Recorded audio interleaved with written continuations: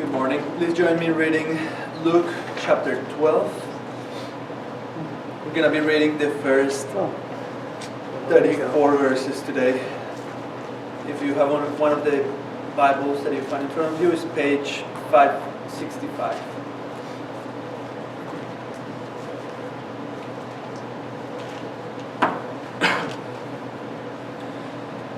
Luke chapter 12 says, "In the meantime, when so many thousands of people had gathered together and they were trampling one another, he began to say to his disciples first, 'Beware of the leaven of the Pharisees, which is hypocrisy.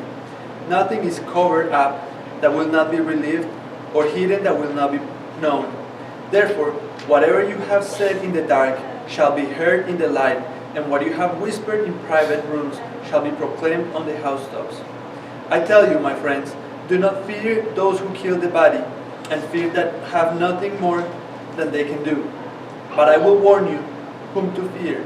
Fear him whom, after he has killed, has authority to cast into hell. Yes, I tell you, fear him. Are not 5 sparrows sold for 2 pennies? And not one of them is forgotten before God. Why even the hairs of your head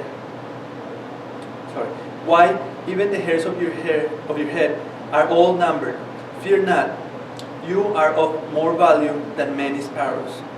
And I tell you, everyone who acknowledges me before men, the Son of Man also will acknowledge before the angels of God. But the one who denies me before men will be denied before the angels of God. And everyone who speaks a word against the Son of Man will be forgiven. But the one who blasphemes against the Holy Spirit will not be forgiven. And when they bring you before the synagogues and the rulers of the authorities, do not be anxious about how you should defend yourself or what you should say. For the Holy Spirit will teach you in that very hour what you ought to say." Someone in the crowd said to him, "Teacher, tell my brother to divide the inheritance with me." But he said to him, "Man, who made me a judge or arbiter over you?" And he said to them, "Take care and be on your guard against all covetousness, for one's life does not consist in the abundance of his possessions." And he told them a parable, saying, "The land of a rich man produced plentifully. And he thought to himself, 'What shall I do? For I have nowhere to store my crops.' And he said, 'I will do this. I will tear down my barns and build larger ones, and there I will store all my grain and my goods. And I will say to my soul, Soul, you have ample goods laid up for many years. Relax, eat, drink, be merry.' But God said to him, 'Fool, the night your soul is required of you, and the things you have prepared, whose will they be? So is the one who lays up treasure for himself and is not rich toward God.' And he said to his disciples, 'Therefore I tell you, do not be anxious about your life, what you will eat, nor about your body, what you will put on. For life is more than food, and the body more than clothing. Consider the ravens. They neither sow nor reap. They have neither storehouse nor barn, and yet God feeds them. Of how much more value are you than the birds? And which of you, by being anxious, can add a single hour to his span of life?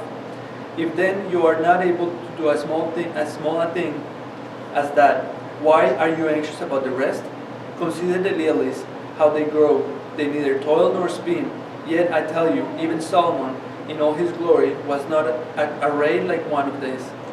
But if God so clothes the grass, which is alive in the fields today, and tomorrow is thrown into the oven, how much more will he clothe you? O you of little faith? And do not seek what you are to eat and what you are to drink, nor be worried. For all the nations of the world seek after these things, and your Father knows that you need them. Instead, seek his kingdom, and these things will be added to you. Fear not, little flock, for it is your Father's good pleasure to give you the kingdom. Sell your possessions and give to the needy. Provide yourselves with money bags that do not grow old, with a treasure in the heavens that does not fail, where no thief approaches and no moth destroys. For where your treasure is, there will be your heart.